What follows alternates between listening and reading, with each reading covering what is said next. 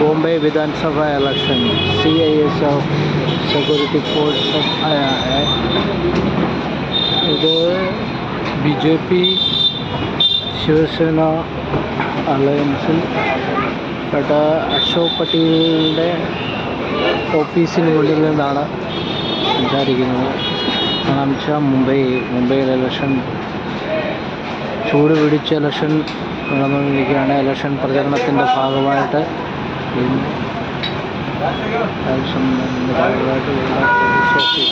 Police ബസ്സിൽ വന്നിറങ്ങിയിരിക്കുകയാണ്. देखिए सब अभी सामने काम चालू है। अभी रैली भी चालू होने वाला है।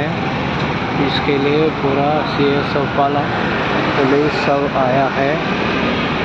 कई जगह से बॉम्बे बांडो कोकनार एरिया में है। कोकनार पिंक गाड़ी भी आया है।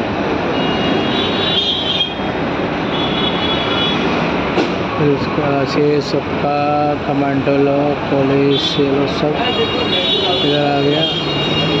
अभी थोड़ा टाइम के बाद नेता लोग भी आएगा।